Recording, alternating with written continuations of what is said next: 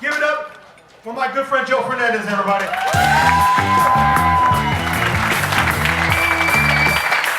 What are you, battling her?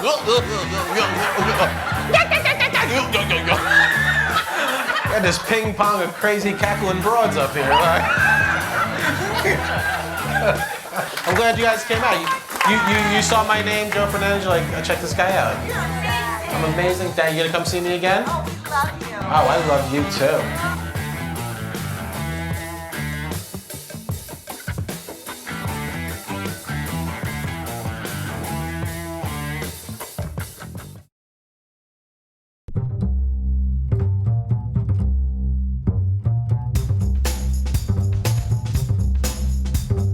You're listening to All in Our Heads with Joe Fernandes and Mike Gaffney. Please enjoy the show.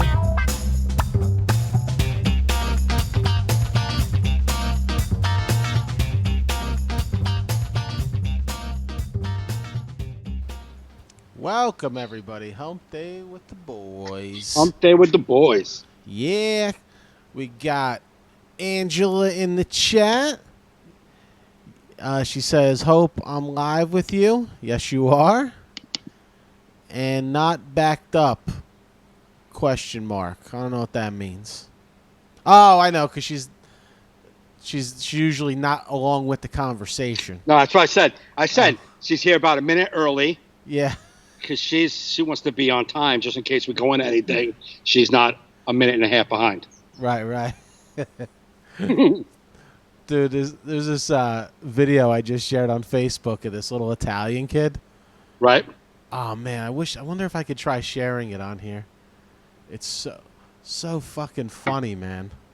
Let me see if I said this kid should be at all press conferences. Let me see if I could get it up and share it to you guys. I just thought of this last you need minute. Viagra? What? Huh? You said, let me see if I can get it up. I'm like, you need Viagra? You know what? I'm not going to try and do it right now because I'm going to crash the system and then we're going to have to start over. But no, it's a little Italian kid talking about lockdown. His mother's, he's like a little Italian kid, but he sounds almost like Joe Pesci. She's like, you going to go out to the party? He's like, it's a fucking lockdown. It means you stay in the house. It's just one of the funniest things I've ever seen, man. So go to my Facebook page and reshare that shit. Long Island kid, probably. Dude, I watched it because Kenny Michael sent it to me in a private message. Oh, that's the video. I said I don't watch them. It was Kenny. I almost watched it, but I still didn't do it. Yeah, no, but it wasn't like he shared a post. It was just like a video. So I know. So I saved it to my phone and uploaded it. I'm like, I don't know who this kid is, but I want him at all press conferences. Kid is brilliant. Every time you see a group of people, hey, it's a fucking lockdown. It's a fucking lockdown. Well, that's all lifted, right? Jersey lifted their stay-at-home order. Yeah, you could. You don't have to stay home, but there ain't nowhere to go. It's like you can go out, but you can't go nowhere. Right. Everything's closed. So go walk around, spread to each other outside. And, congregate like you've been dying to for this whole time. Get together, do your fucking thing that you have to do. Yeah, I guess they just got to get people out and be like, let's just see how this works. Let's just see. Right. If, you know. Yeah, you all want to shit on me? But other states are really. What? I mean, like Arizona's spiking. Florida's starting to see, Texas is starting to see numbers rise. The area around Disney had like a 38% increase. I mean, really, guys, it's a real thing. It's a real thing that we don't have any answers for. Sorry, I get it. It sucks balls, but it's a real thing. I'm sorry, man. I got to check the KP saying my feed is all fucked up. That were cut off and everything. Oh, the feed is all fucked up. Of course. Yeah, it is. It's coming out like not like normal.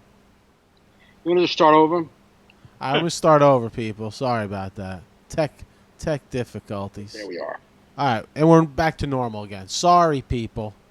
Sorry, so I'm just going to share this, fixed our problems, and we're back.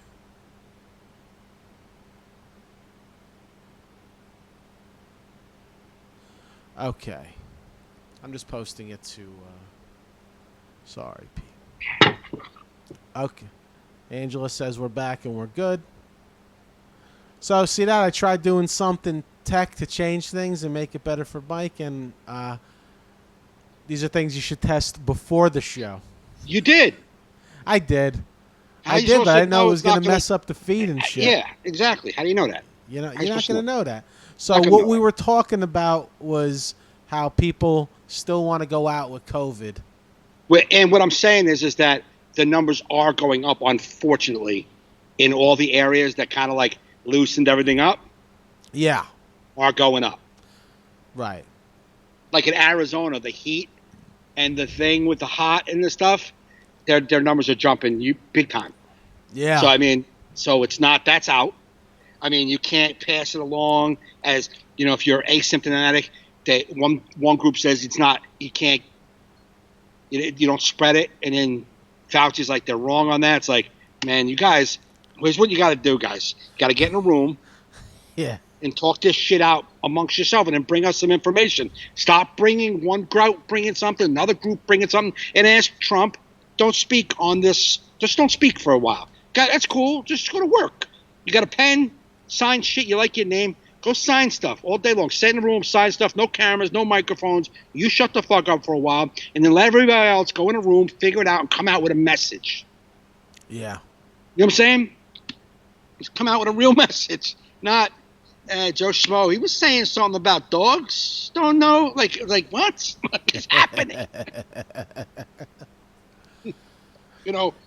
And it just doesn't help when you have another group of people who don't believe it to begin with and want to disbar everything that comes out. Right. I mean, so it's just like you're not helping this. Yeah, I don't know, man. Nah, man. I guess the governor's been a rock and a hard place. It's like, The governors, absolutely. You gotta just start letting shit open and see what happens. But I don't understand. Just fucking rip the Band-Aid off. If you're gonna let people, they're like, oh, you can be 100 people outside, 50 people inside, but no restaurants open. It's John needs to see you do stand up, Joe. Oh yeah, you should. Hey John, okay, good. That's a good time for me. Real quick, John. See, I got my graphic here. You can buy my CD. It's available now. You can hear me do stand. You can hear him do stand up. Yeah, no, you can see me too, but until the governor allows I'm saying us, right now you can hear it. At least you can hear it. You can hear this whole act. Available now wherever you get your audio. No, but it's like 100 people outside, 50 people inside, but not restaurants. It's like, let me what's just the take difference? a minute. Let me take a minute. COVID's there. It's not going anywhere. To just say congratulations to my boy for releasing his CD. Everyone give him some love. Throw some hearts and ha-has out there for Joey. He released the CD. You guys don't understand that how hard it is for someone to put something out there that you created and you're uncomfortable and you're vulnerable and you're like normal humans are scared to do it. Put that on top of Joey's brain. You're talking about super duper scared to do it. And it took him a while to feel comfortable, and COVID brought it out of him, and he did it, and I'm proud of him. Thanks, man. I feel good that I put it out, but the insecurity, because when you drop it, you're like, all right, now people are going to hear it. Yep. But I did get some positive messages and reviews. People I haven't seen in years who like friends I grew up with that live like in states I've never performed in. They finally got to hear my stand up because I don't post a lot of my stand up. Right. And they really liked it. But you know what was crazy about it? Like, you know what I haven't missed? Like, I've missed stand up. I've missed stand up, but what I haven't missed is that anxiety or insecurity of the business of like, I feel like it came back a little bit, like this. Like, Right. That. Yeah. Whatever. No, man. that vulnerability. That vulnerability came back. I haven't had that in months. Because you're not that you're looking for it, but you're expecting industry like eyes on your stuff now. It's like that kind of is you're vulnerable. Like if a comedy fan comes and doesn't really like your show, it's like whatever. You know what I'm saying? Like if someone doesn't like your joke, who gives a fuck? But like when you put it out there and you now know the industry sees it, it's a different vulnerability. You just feel like, oh man, I get it. But I'm proud of it. People like it. You know, it is what it is. You know what I mean? It's people are like, hey, how many have you sold? I'm like, I said, put it this way, I won't know for a little while, and I don't even care because I can't even worry about that. Joe, are you gonna get any hard copies with some covers? I am gonna get some hard copies. I just haven't printed any out because I don't have any road dates. Yeah, but I'm getting a small printing done because I have people that requested it. And I'm gonna send one to Angela. So Angela wants one. Yes. And she has mine, but she wants Joe. Maybe we both can hopefully sign them. So because she told me she bought it on Amazon, so I'm just gonna send her a hard copy once I get it. But, yeah, me too. You know, and I'm happy with it. I think people will like it. Please, like what I did. My buddy Kairos has a podcast I was on earlier, and I was talking about it. And I said what I like about this was it wasn't a recording night. It's like a real loose club set of crowd work. It's just you. It's just me. It's like I didn't have the anxiety of this being the night. None of that hanging over your head. No, it was just fun. I find it to be fun, and believe me, listening, like when I have to listen to myself or watch myself perform, it's nauseating. Right. So for me to listen to this after my friend like sweetened it, made it sound good, I'm like, all right. Yeah, all right. I know what I'm I'll doing. put this out. This this is good. But yes, so thank you, Mike. Please, people, pick it up for me. I think you'll like it. And that's that. I bought it on Google Play, right? So I bought it, and then like it starts to download it, and I'm like, no, leave it in the cloud. I don't need Joey Fernandes working into my music, You know what I mean? Like I'm mixing up. What is that called when you? Oh yeah, like my playlist, a shuffle. My shuffle. Yeah. I don't need. Anyway, my wife. Now get the fuck out of my shuffle. All right. Yeah, get the fuck out. I was like, I bought it. It's in the cloud. I can listen to it on my device. I don't want it on there, and they're gonna come in my music. Oh, totally. Yeah, people leave it in your cloud. You don't want me on shuffle. Fuck. No, you don't want to be like sitting there rocking out, and then all of a sudden Joey's joke comes out of nowhere. You know what I'm saying? You're like, Joe. I remember Sean Donnelly popped in for a second. I like doing that to people. Then they're stuck. Oh yeah. Just scroll out real quick. Like he mentioned me already. Fuck. It's all right. I try to do that too. Like I'll hit like I'll see someone is going live on Instagram and they're with somebody. I don't know who they're with, so I can't see who they're with. So you got to like kind of go in to see who they're with. Like I don't want to go in because I don't want them to see me. And it's like them and their friend and 4 people in their live. I don't even know who's in their live. And I'm like, fuck it, who cares? Yeah, and then they automatically say hello to you. Like they see your name, they're like, hey, Joe. You're like, I got to stay for a little bit. That's what I did this morning.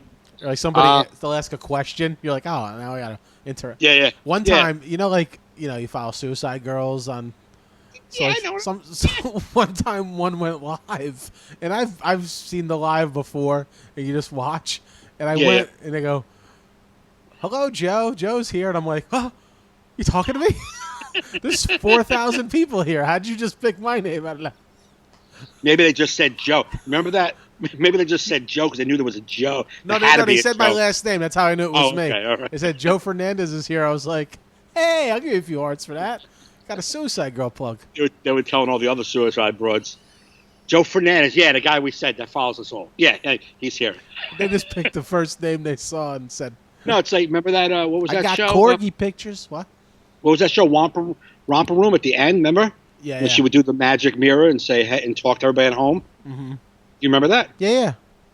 And she would be like, I just want to say you have a good day, Joe, and you're just waiting for your name, and you swore, you're not so dumb to not realize a million other Joes on the planet. You're like, yeah! Mom, she knows me. They did the general names. We like to say Joseph and Jonathan, have a good day, Rebecca and Mary. And everybody's like, that's got to be me. Yeah. All right, John, I'll let you know when I get hard copies, and I'll send you one. You can vent. Who died today? Oh, what? The woman from Romper Room died today? Today? Isn't that? John, is that real? Isn't that ironic? It's really I mean, you got to be really big now to die and go above COVID and the riots. Oh, And forget about it. like you got to be Protest. like, I don't think anybody. You got to be like Michael Jordan, Tom Hanks.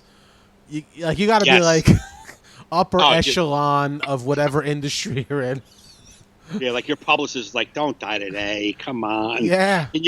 Can you hold down another Yeah. 6 weeks, you think, maybe, until this all dies down? Yeah, in the hospital, dude. Hold on, hold on a few more weeks. We'll sell a lot of albums. Like some big musician, dude. If you can give 2 weeks till everyone, stay at home order. We know everyone's fine. News will die down. Protest. You die. Boom. Second wave of album sales. Think about for your kids. Yeah. Some country star. You're gonna be the white Tupac. Or they died and then they release it like in July and August. Like, Joe Johnson died. Like, what? He died? Yeah, back in March. But we just wanted to put it out now. This is a slow news day. Yeah. I still tell you, I was bugged out that I found out Brian Dennehy died like 3 weeks after. Mm-hmm. I'm like, he's so, I don't know, to maybe not to everyone else. To me, he was a humongous actor. It was a big deal. You just were very caught up. Yeah, I was just COVID. I guess I was just, yeah, but I feel like it should have went through the news feed. It was in there. Well, that's what he's saying. It was on Facebook, but yeah, we first didn't off, hear about the romper room lady. But I mean, she's not Brian Dennehy. No. I We don't even know her we name. don't even know her name. She's the romper room lady. Hey, She's no Joe Brian Mike, Dennehy. write the headline for tomorrow's paper. Romper room lady dies. We ain't got time to hear the name. We got to be the first to the beat. Here's the headline. Romper Room Lady dies. She's no Brian Dennehy. She's no. Yeah. We don't even know who the declared Brian's Well, name. Let Brian Dennehy lead the sentence. In months that we have lost big names like Brian Dennehy, the other the guy, romper room this bitch. broad, that one. We also lost romper room lady. I love Anyone that in the show. chat know her name? There'll probably somebody will figure it out. Give her Maybe a John little can. respect. John seems to be up on the. Well, he's looking to his Facebook. I don't know about you. I don't go on Facebook at all. I really don't. If I have a video I want to post, I post a video and I'm out. Or I post a thing and I'm gone. I don't stick around. Yeah. It's not worth it to me. It's just not. It's too much. It's just too much. I'd just rather not. I'd rather not. I just go. I'm I haven't, to be disappointed. honest with you, Yeah. I haven't been on any social media really, like looking at it. Not even TikTok, because TikTok got overwhelmed, like with It's starting to get protests. political. No, it's protests. Trump is awesome. Yeah. Hey, man, here's a couple words that make liberals crazy. Bones. It's like, and I'm like, how are you in here? How are you in my feed? If you don't have your tits out, I don't know how you're on my feed. I'm gonna be honest with you. If you're not dancing around to some corny song with your under boob out of your shirt, I don't know how I'm seeing you. Why can't they just make like I want to tell some of these people, who are you talking to when you're doing all this? Like, because anyone, like, are you just like you're just talking to your friends, really? Because you're not changing anybody's mind. Why can't we make social media fun again? You know what I mean? It's like, why don't you just go like comment on news articles and their comments what we should do? fight people? We should create a social media platform called You versus Us, right? Mm-hmm. That's the name of the site, You versus Us. And you go on, and all the U's can say their thing, and all the Us's can say their thing, and you do it on there. And a bunch of people who's just like you can comment on your thing, and a bunch of people who are just like us will comment on our thing, and they'll just go back and forth over there. I won't have the thing because I don't want to hear your point of view most of the time. I don't even want to hear my own people's point of view.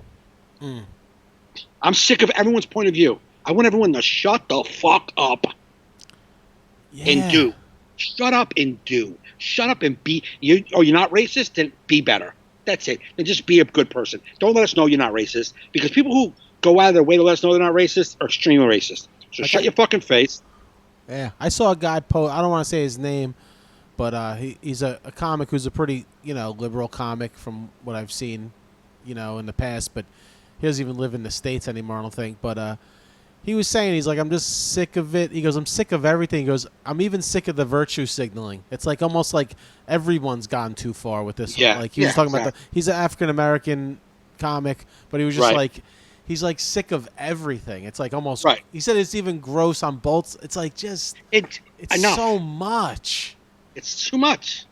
Everybody's too much. And it's like, I'm not talking about the protest. No, protest. I support all that. I'm talking about normal humans on social media spewing articles and sharing fucking video clips. What about these guys? And what about these guys? And well, look at this. This is what you got to see. Oh, here's what the media don't want you to see. You know why they don't want us to see it? Because we don't give a shut the fuck up. Be better, man. Just be a better person. Can you be a better person? Yeah, man.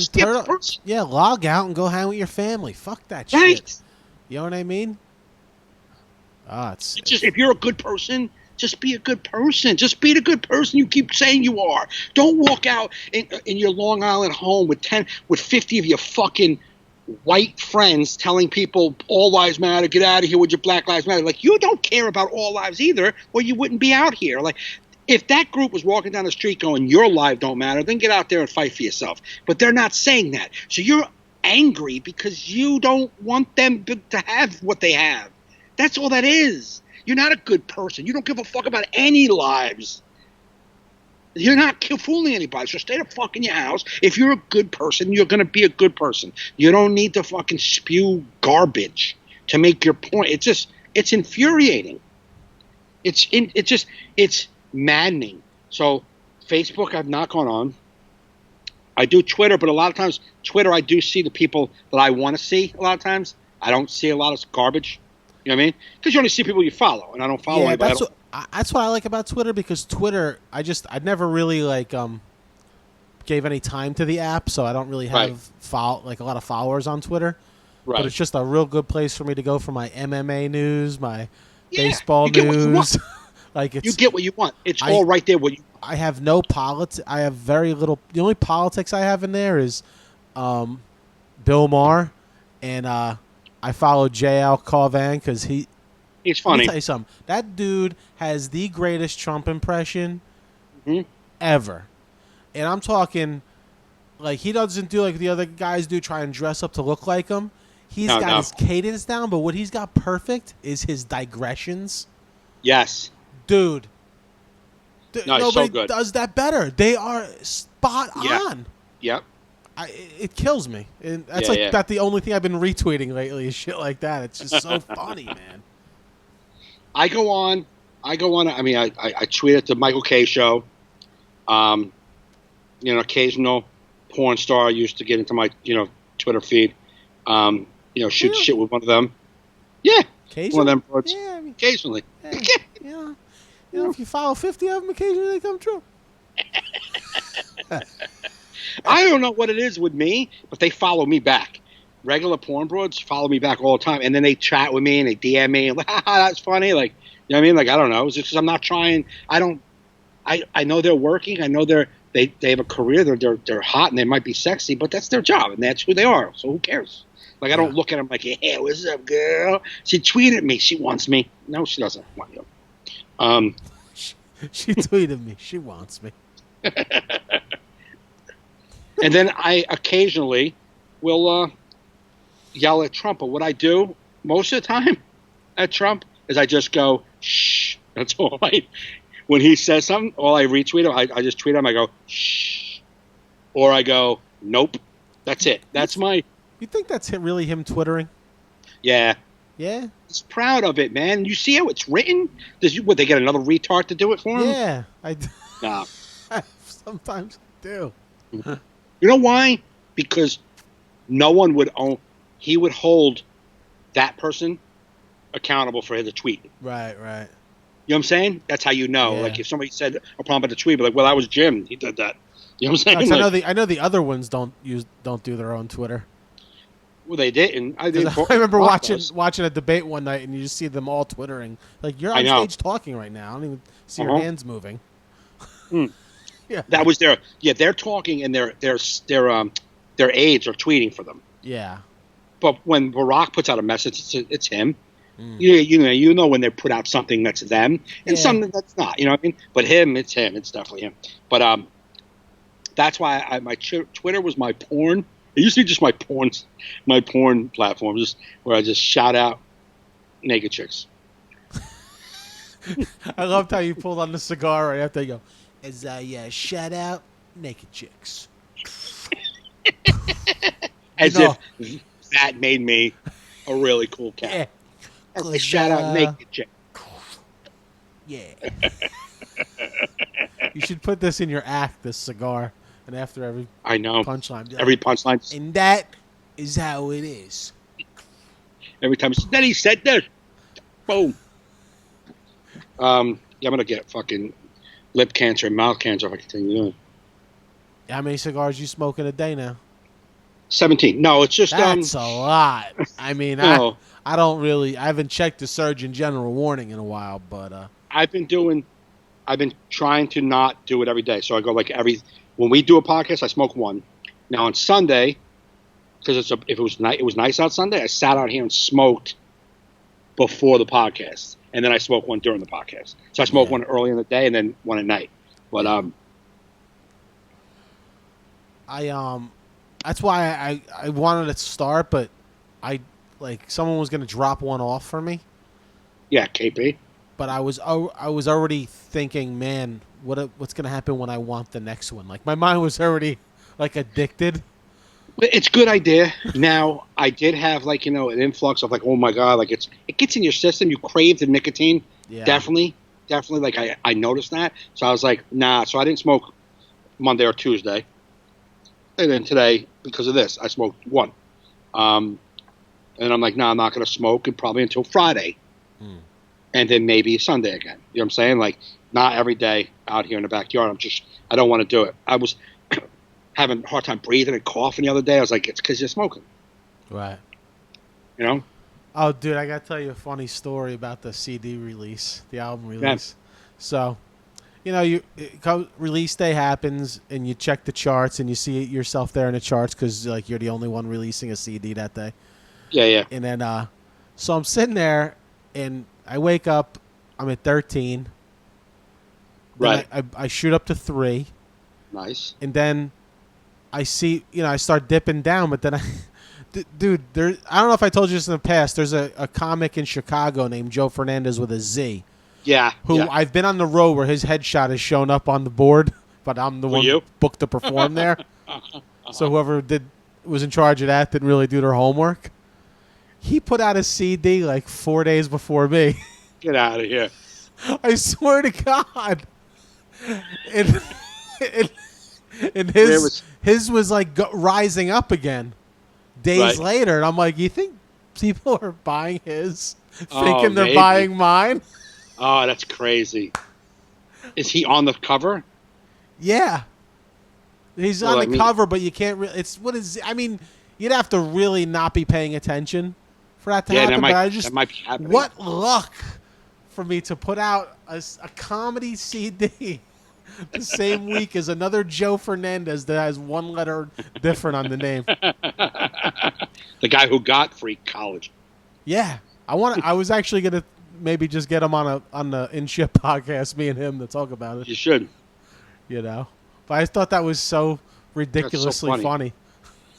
That's of course that had to happen. You know what, man? It's like one of those things where you're like, this is why I need to be a comedian. This shit happens in my life. Exactly. It wouldn't work if because a lot of people release their CDs on Fridays because it's Global Release Day. Oh, is that what it is? Yeah, but I release mine on a Tuesday. There's all these articles because it used to be Tuesdays, and they're like, Fridays is global release because if you're a big artist, you'll get a lot of play. And I'm like, I don't think it matters when you're at our level. No. Tuesday, Friday, Monday. Right. It don't matter, man. My same 35 friends are buying it, and then we're going to go on the road with it. Pretty much. Yeah. I like that you were at least realistic and understood how the chart worked for iTunes. Yeah, I'm not... No, you knew. We already knew it before. That, it's just cool to see your name right above Bill Burr's. That's awesome. But it's because that day, At that moment. 20 people bought your CD. And then as today's go on, he has 5 sales, so he didn't beat your 20. But tomorrow he has another 8, and you have 1. Right. You know what I'm saying? And Yeah, no, it was pretty cool to see. That's why I didn't share it on like a social media post. Like, can you believe it? That's what I'm saying. You're realistic. That's why That's why me and you were friends. It's the guy who posted, look at this. It's a dream come true. I'm number 1. It's like, I mean, technically, yes, but not really. No, but they're the daily charts, and just no one bought Jim Gaffigan's new album. You sold 30 albums today because everyone came that knows you. Right. Gaffigan didn't sell 30 today, but he probably sold 15, and tomorrow he'll sell another 15, and you will sell 2. Yeah, see, I never looked at the charts before because I've never had a reason to, but it was interesting to watch the way it moves. Right. Like Mr. P, Patrice's like shot up to number 2, like, right. You know, at one point, like these albums that are still selling. You know what it probably is like Mr. P, maybe XM did like a half hour of his comedy, or maybe Sam and Jim mentioned it. Yeah, I don't know. I don't know if it goes on purchases or just or streams or what. But like you'll see albums that came out forever ago just still up there like in the top 20. I'm talking from like 2008. Because people are continually buying them. I know, but that's amazing now. Exactly. That's amazing. Yeah. You know? Bill Engvall's got shit up there in the top. I didn't look at the chart because I didn't even know that was a thing until about 2 weeks after my shit was released.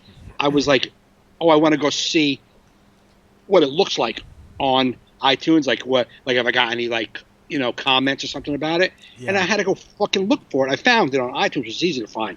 But then on Google Play, you almost had to know my social security number to find the fucking thing. It's like, how is anyone? So I pick up family comedy. You Google that, 100 CDs show up. I'm not in there. Single dad, 100 CDs show up. Not me. It's like how? I don't even know the names that are showing up. Yeah. You know what I'm saying? Dude, I was just watching, I stopped on comedy.tv. Uh-huh. You know how they have they have all that old, like Whitney Cummings was hosting that show years ago, like 2009, 2010. Yeah. So Sam Tripoli came on. It was a 2009 episode. Uh-huh. And I just wanted to see, I don't know his act now, but I know he's a lot better than he must have been then. Yeah. I don't like seeing anybody's stuff from, more than 2 or 3 years ago because I know it's not them at all. Right. It is just 2009. He did a joke, and the punchline was just like I watched him come on stage. He did a joke, and in the punchline, it's like the amount of seconds between the punchline and the next words that came out of his mouth. I just was like, I changed it. And my son started dying laughing. It was like because the punchline came, was like and then I was like, I can't watch it because I know the guy's 1,000 times better than this. Right. 2009 act. You know what I'm saying? Like, you just know it. Yeah, and that was probably like a watered down version of him for that show too. Correct. Because even like if somebody's like, yo, this comic, and then I'll be like, I don't know his name, and I'll go like YouTube him. If I see a clip that's more than 6 months old, I won't watch it because that's not the comic you saw yesterday. Right. You know what I mean? Like if you're like, I saw this guy Jim Johnson, I'm gonna go.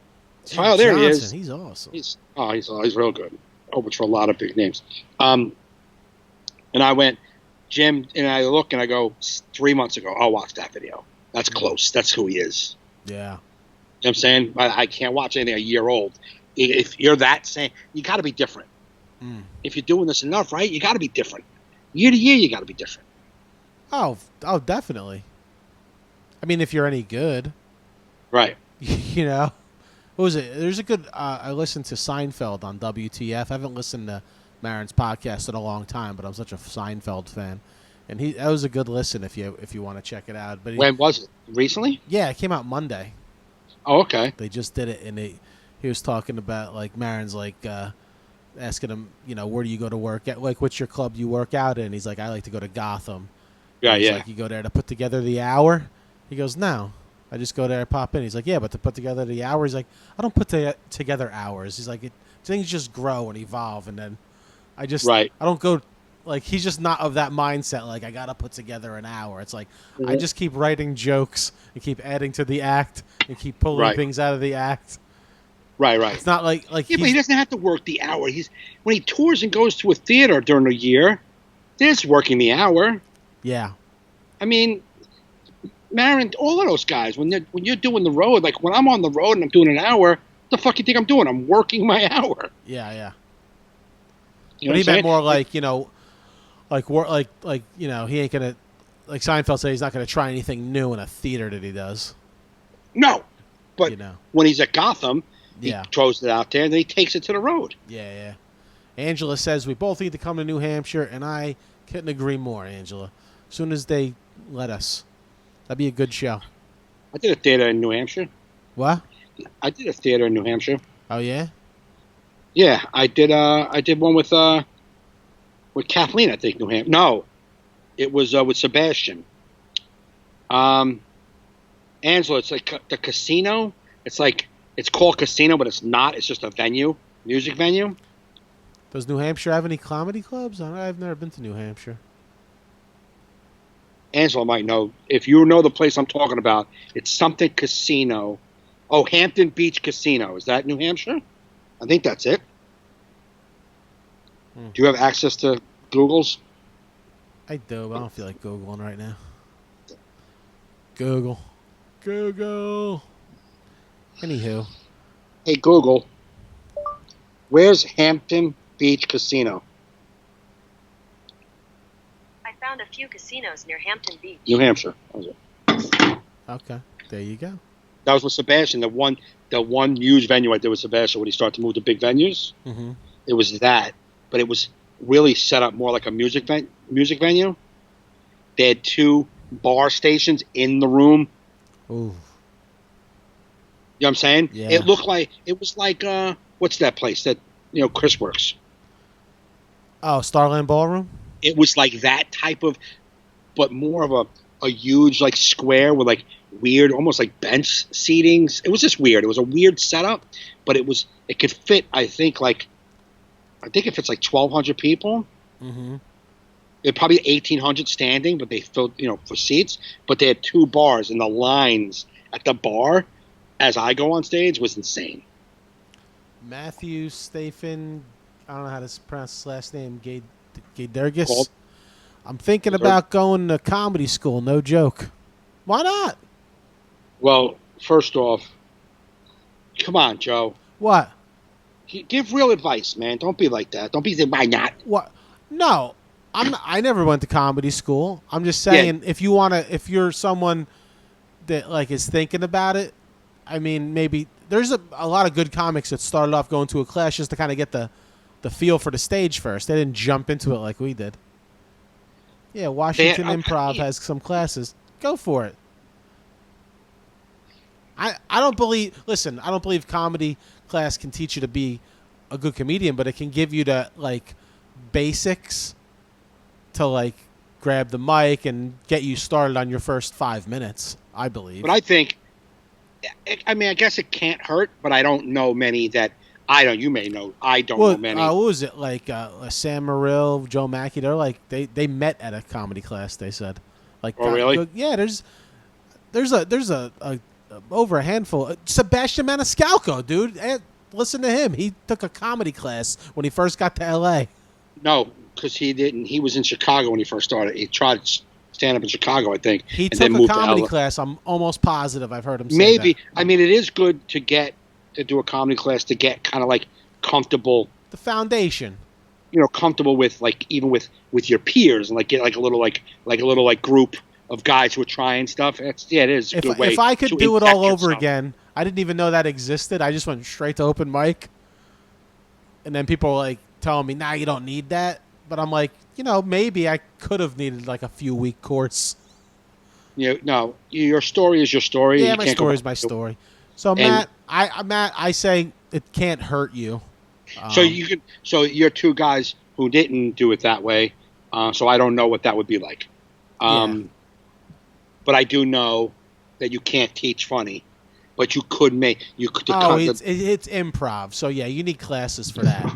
Yeah, that's a different thing. Yeah, there you go. Definitely for improv. I took an improv course just for fun, and I wound up taking like all 4 levels because it was actually pretty fun. Because I remember comics always shitting on it, like improv, but I'm like, all right, let me just go see what everybody shits on, and I'm like, that shit's fucking hard, and you got to be fucking talented to do it properly, just like stand-up comedy. Oh, absolutely. And about the name, you pronounce it better than me. Oh, good. I'm glad I pronounced it better than you. It was funny. I was all confident. I'm like, Matthew Staphen Gay Durgis. I hope I said that right. Angela said the Plymouth Flying Monkey in New Hampshire. Been there 4 times in the last 2 years. Love it there. I'll have to put that down. Flying Monkey. Yeah, I've seen that name come up. Yeah, I'm sure they're going to need to fill a room on a Tuesday after COVID, and that's where we go in. Filling a room, though? Well, I mean, it's only they can only do half capacity, and people have been cooped up, so it's our chance, Mikey, to get technical sellouts on technicalities. We sold out. The place only had 10 seats, but boom, we hit bonus, and we got an extra $20. What was it? We talk about how the comedy world's going to change with COVID, with masks and stuff at clubs. I was reading an article today about the wedding industry. And the changes that they may have to do. One of them involved no more dancing. What? Yeah, like people that are having weddings, like they want to have them this year in 2021. No more walking around with appetizers. No more cocktail hours with open food. And possibly no more dancing. I'm like, why would you even go? Right. Why would you bother even trying right now? And then you can have Zoom guests. Friend of Bill. Oh, us too. You think that's why he told us, Joe? Yeah. You think he's just trying to see if it's just random? He just took a guess. Imagine he didn't know. He just saw us. He's like, I'm sensing. These guys need help. I'm sensing addiction with these two somewhere in their past. These guys, there's no way they don't have problems. They're a friend of somebody. What's his name? Jimmy K. Jimmy. Yeah, Jimmy K. DJs. He said DJs live stream now. They're basically cam girls. That is true, man. The DJ. Where are you seeing that? A lot of DJs are going live, but I kind of like it sometimes. Like Yes, Jeannie, it does sound more like a funeral than a wedding for sure.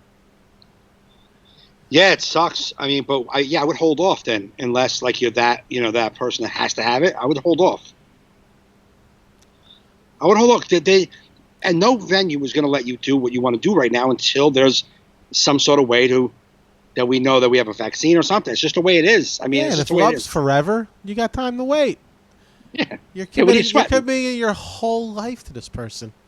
Right. You can wait to do your little fake princess party. Fake princess party. What was that in? That was in something. Not that, but something like that. Oh, Matt, he had us at the Slogan Slapper years ago.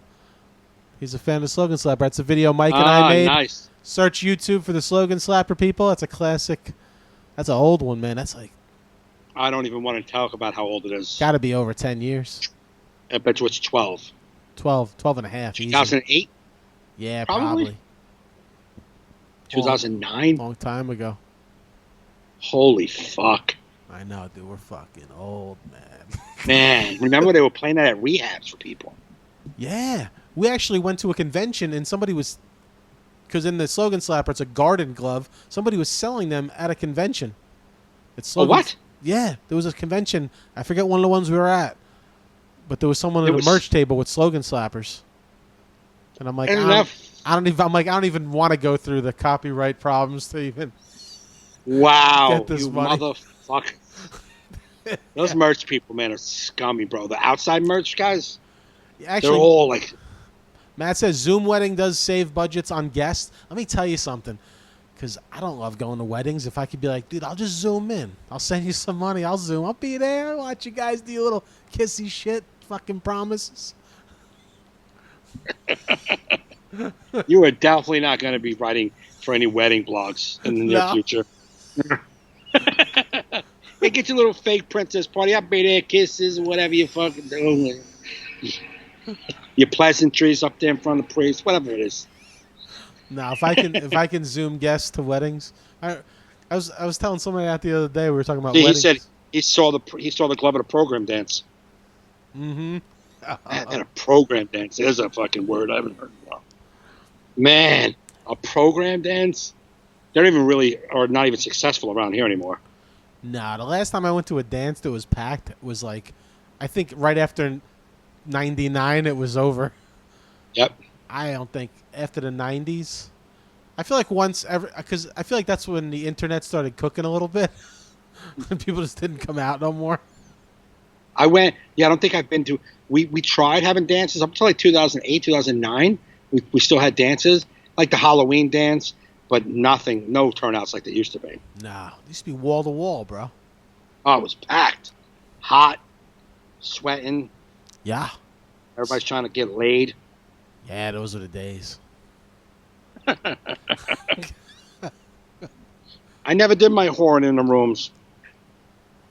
No? Nah, man. I don't like my, that was one thing. I don't like my, I don't like the shit where I eat.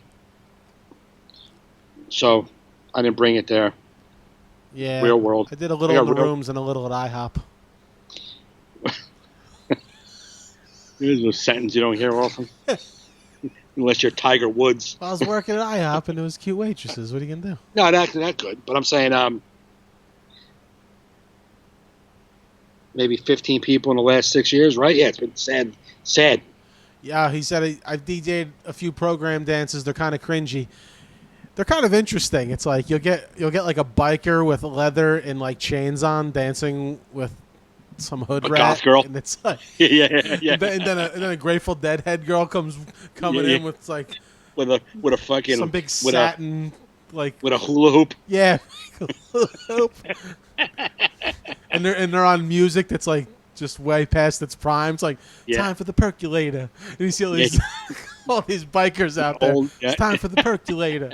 It's time for the percolator, and then the DJ slides that into Freebird. You're like, this is a weird dance.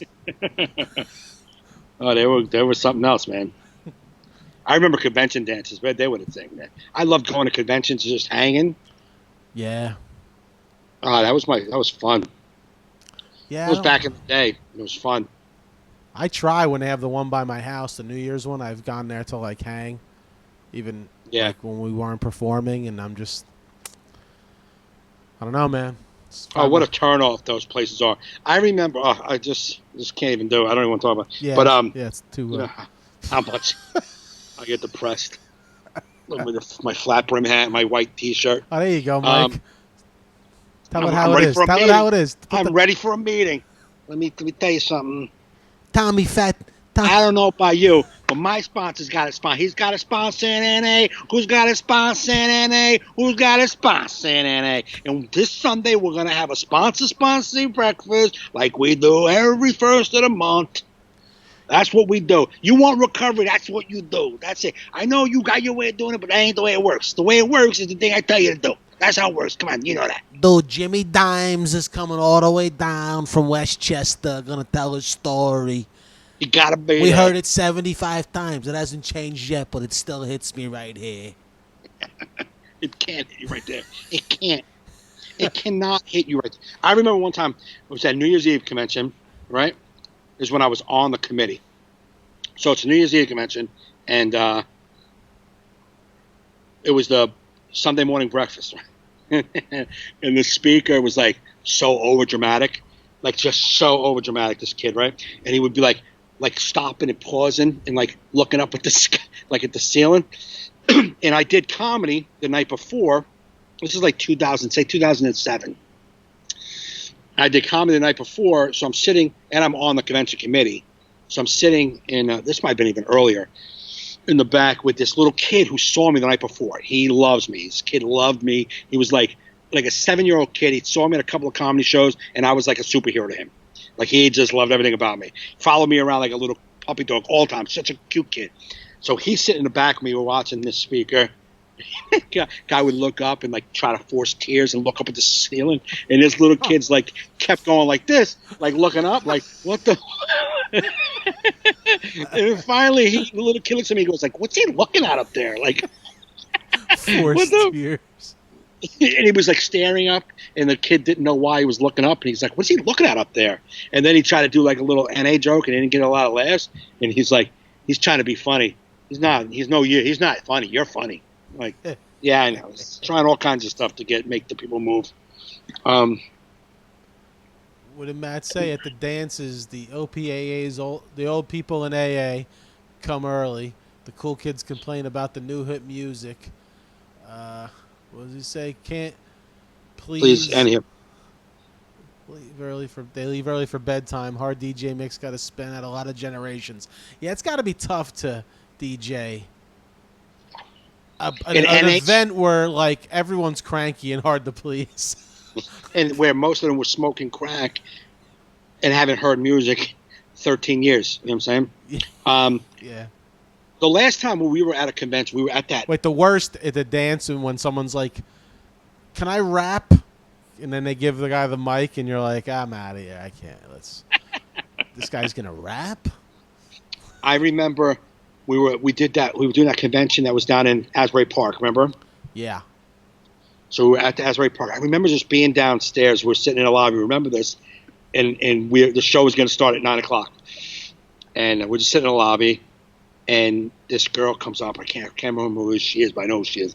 And she was like, "Yo, what's up, Gaff?" She's like that kind of like, yeah. She's a little dykish, but she's cool as fuck. But she's like, "Yo, what's up, Gaff? Haven't seen you in a while." She's a little dykish, but cool as fuck. She's cool as fuck, right? She comes up to me and she's like, "What you been up to? What you doing?" I'm like, "No, we're just getting ready to do the show right now. I wish I could come see it, but there's upstairs, bro, a heavy hitter's gonna be talking upstairs. He's speaking about relationships, bro. It's a heavy hitter."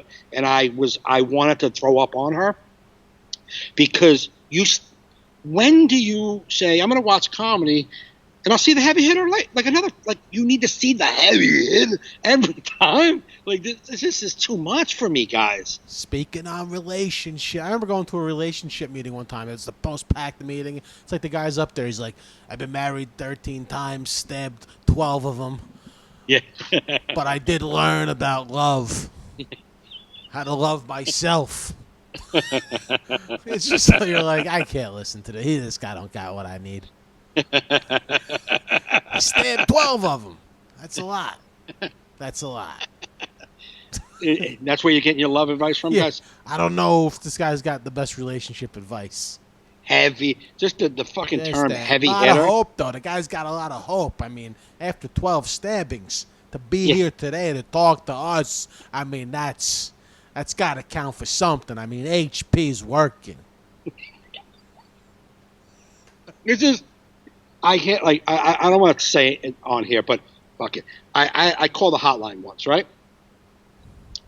The gamblers hotline. Yeah. I called it. Just needed to talk to somebody that maybe can understand what's going on in my fucked up head sometimes. You know what I mean? Yeah. And the guy, I don't know his name. I remember his name, but he said he's been around. He got clean when he introduced it to GA when he was 23. I came to NA when I was 23, almost 24. So he has been bouncing around GA for that many years. We didn't talk about how many years he had, but if he's working the hotline, he probably doesn't have a lot. You know what I'm saying? Because, right. You know what I mean? It's one of those new guy things. But he's been around for a long time.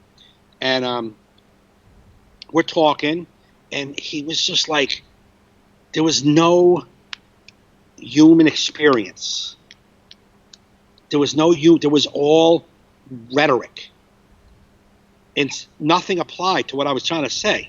Like, nothing he said was what I was talking about. Like, I was like, man, you guys are, like, very limited And just talking like in slogans and shit, like not Yeah. even any attachment to a feeling. It's like you Dude, be real for a moment and added a book. I was like crying a little bit. I was like crying because I was like, man, I don't know what the fuck is going on sometimes. And he's like, yeah, man, bro, we sabotage. What we do is we don't deserve good. And it's like, I don't know. I don't know what you're. Oh man, you know what I'm saying? Like, I can just tell you what works for me. And then I'm like, all of those things, I don't want. I'm gonna call people that I love who love me, and I'll talk to them about it. Right. That's it. That's What I mean? Never mind. Well, Matthew, I don't think you need those comedy classes because he said, I tried to go to GA, but they said my odds of recovery were not good. All right, look at you workshopping jokes.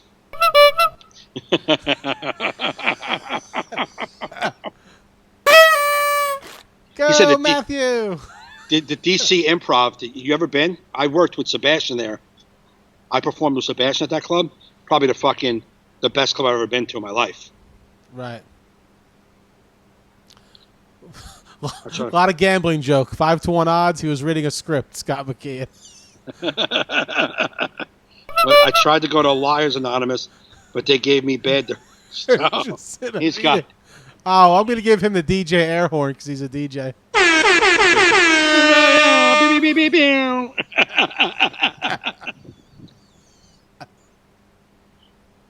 Let us know when you go to that class. Like, let us in. I just want to know what they teach you, what you learn, like what. Yeah, definitely, angles. Definitely. Like I know people who went. Like I think, like a good writing class is great after you've gotten a little bit of chops on stage. I think that's very beneficial. You know what I mean? Yeah, I get, but I always feel like if you get into comedy if you start having chops and you're like doing, like you're gonna be, I don't know how you're not gonna be friends with people that aren't gonna help you along and kind of right. That's what I was actually talking to KP today about that, about like friends like you or like even I was telling him like even like early on I remember like even Johnny Watson when I was hanging out with him, like I was because I didn't know who I was as a comedian, so I was just trying to be edgy. I remember him pulling me aside. I forget even what the joke was, but it was like trying to like go for that cringe. He goes, "Is that really what you want to be? I mean, it's cool if that's what you want to be, but is that really what you want to be doing?" And I'm like, "Yeah, probably not." Right. You know what I mean? But it was like I'm glad someone was honest like that to me, like 100%. You know? No, if you have good friends around you, like when you start and you start to connect, make some good connections, you'll help. Like I don't have good friends. I mean, like I told you, Tracy Morgan and me had a conversation twice now in my journey. Yeah. Once when I was doing comedy for about 4 or 5, maybe 6 months, tops 6 months. All I was doing was bringers. And I would do a bringer. I would go into New York, hang out, do a bringer. And my friends would go home afterwards. And I would either like take one of my friends and go down to the Comedy Cellar or go by myself. And I would go sit out in front of the Comedy Cellar, packed. Like they used to have a lot of tables out front. I would smoke a cigar and just, watch like all these other, like, these big names hanging. Yeah. And I'm sitting there one day and Tracy Morgan, it's my first celebrity encounter. Tracy Morgan's standing there with Harris Stanton. This is 2002. So I'm watching Tracy stand there, and then there's 2 seats right next to me open. They come and sit down. Uh-huh. And they're talking about relationships and stuff. I don't want to be in their conversation, but they're talking about relationships. And then Tracy sees me talking about, and he brings me into their conversation. I'm in the conversation. Bye, Angela. Good night. Thanks for stopping by. Bye, Ange. As I'm in the conversation, there's a line waiting to get into the cellar, and the guy's like, "Oh, you're Tracy Morgan," and like Tracy's like, "Yeah, motherfucker," and then turns around to talk to him, and Harris was like, "Are you a comedian?" I'm like, "Yeah." So I'm like, "I saw you at Gotham." He's like, "Oh, cool." And that was it. Tracy turns around, he looks at me, he goes, "Are you a comedian?" And I got nervous because like I was doing bringers, like in my head I wasn't a comedian. And I was like, yeah, I mean, and he's like, "Man, that's an easy fucking question. Are you a comedian? Yes or no?" And I was like, yeah, because and he's like, what the fuck, man? It's an easy question, man. Yes or no? Are you a comedian? And I was like, yeah. And he's like, damn right, man. You own that shit. If you are a comedian, if you tell me you're not a comedian or new or you're fucking an amateur, I'm always to see you as an amateur. Every time I see him, I'm like, I was an amateur. Yeah. And so that was like a lesson that I took from him, and I kept that my whole, comedy career. And then on Monday, I see him at the Acme, and we have a conversation. And I've seen him, but I haven't talked to him. And I start talking to him, and he starts talking. I tell him about that story, and he's like, talking about how we do this because we love it. Another lesson. He was just telling me, like, you don't do comedy to make a living. Right. You do it because you love it. Yeah. That's it. Yeah, you could make a living out of it, but that's not why you do it. No, you'd be miserable Mm-hmm. if that's the only reason why you're going to do it. I mean, and to be as bold to think you can even do that from the get-go. I'm going to make a living at this. No, that was then. This is now. Yeah. Not making money. This is now. We were just talking about because he's like, when are you going back? And I was like, I got a show July. He's like, I ain't going until phase 4. He's like, 'cause I ain't doing half capacity. That's not how I do it. You know what I'm saying? So, Yeah. And I was like, well, I got to make a living. He's like, that's not why you do this. You don't make a living. That's not why you do this. That's how we got into it. Right. And but he gave me more nuggets of like good advice. Like, yo, man, you're up, you're breathing, got another day on top of this earth, man. You always got a chance. Yeah. Matthew says, you don't do comedy for a living, you do it to live. There you go. Look at this guy. He didn't even take stage yet. I know. You haven't done class 1 yet. This guy's bringing knowledge. He's done a bit us. of he's the Ram Dass of comedy. He's giving us a workshop. Yeah. Hey, Matt, how much for your class? Can we Venmo you? Yeah. Another advice when he gave me 2 pieces of advice the very first time I ever talked to him. Advice that I've taken to the grave. I'm taken to the grave. Not taken to. I'm taken throughout my career. I asked him, "Can I ask you a question about how you like when you're writing your joke? Like when you're writing comedy?" He's like, "Man, don't ask me about that. That's you. You'll figure that out. Yeah. I can't teach you how to write. You're gonna figure it out." And then this time we talked, I brought that conversation up. He's like, "Yeah, man, because you don't be writing. You're a funny motherfucker." That's what he said. You a funny motherfucker, right? You a funny motherfucker. You gonna be a funny motherfucker. So you get up there and talk about shit that's going on, and you gonna be a funny motherfucker. Like that was that simple for him. You know what I'm saying? So that was advice he gave me. But he said back then, he said, when you are sitting with someone like me, he's like me, I work every day, man. I make a living doing this. I make a living. I'm working. When you sit with someone like me, you should ask me, how can I too work? Try to figure out how to work. Yeah. You know what I'm saying? Don't ask me the part of the art. Ask me how to work. So I took that. And that's why, like when Sebastian was like, hey, if I'm on the East Coast, you want to open for, or anybody says that to me, I take them up on it. Because I'm asking how to work. How can I work? Hell yeah, dude. And then the last piece of advice he gave me, which is the funniest, he's like, yo, now listen to me. And I was like, what? He's like, look at me. He's like, don't let the pussy fuck with you. And I was like, all right. And Harris goes, oh, here we go. And he's like, shut up. He's like, I'm serious, man. Don't let the pussy fuck with you. And I was like, yeah. And he's locked in. And Tracy Morgan, when he looks at you, he stares at you like this. He's staring at you. And he's like, you know what I'm saying? I'm like, nah, I get it. He's like, nah, man. Don't let the pussy fuck with you. He just kept saying it. And I was like, nah, I get it, man. I get it. And like on the 4th, don't let the pussy fuck with you, I got uncomfortable. So I just looked away for 1 second. I had to break eye contact because it was too much. Uh-huh. I broke away and came back. And before I can get back, he's like, look at this motherfucker. I'm telling him to let the pussy fuck with him. And what's he doing? Looking at pussy.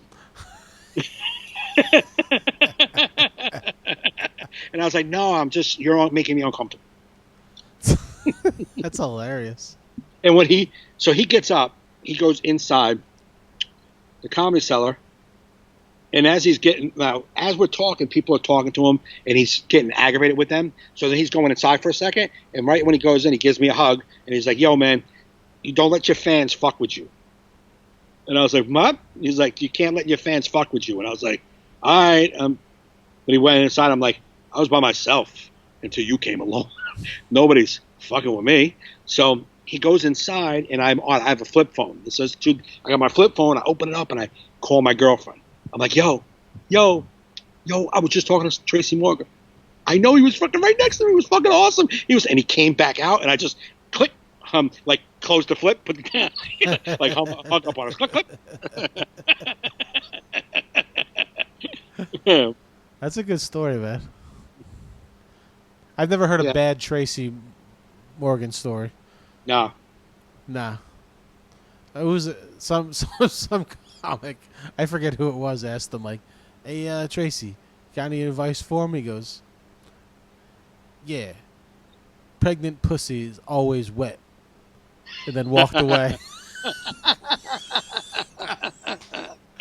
was like, that is the funniest thing I've ever heard. It's like because he wasn't specific enough about comedy. He just generally asked him, "Got any advice for me?" That's what he said, and then walked out. It's like Jimmy Dugan writing on the board. Remember Jimmy Dugan and A League of Their Own signs his autograph. Yeah. Oh, Jim, avoid the clap, Jimmy Dugan. He's like, that's good advice. Oh my god, that's funny. Dude, we're going to leave it on that Tracy Morgan story. All right, bro. We're going to end this podcast. Hey, everybody, thanks in the chat for contributing. Really appreciate it. I'm going to one more time put up my ad for my album that's available now on all audio platforms, iTunes, Google Play, Spotify, Amazon, Tidal. Some place called Deezer. Never heard of it, but it's available there, too. That's new. Yeah, it's new. And we'll be back on Sunday. And also on my comedian Joe Fernandes page on Fridays, we do a hang with with comics, shooting the shit. It's just on Facebook. So I want to also say Mike's going to be out in Vegas. July 6th through the 12th. July 6th through the 12th? Yep. Brad Garrett's Comedy Club. So if you're going to be out in Vegas, come hang. Go there.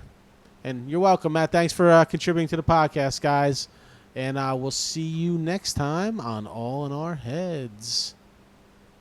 If it's ever gonna end.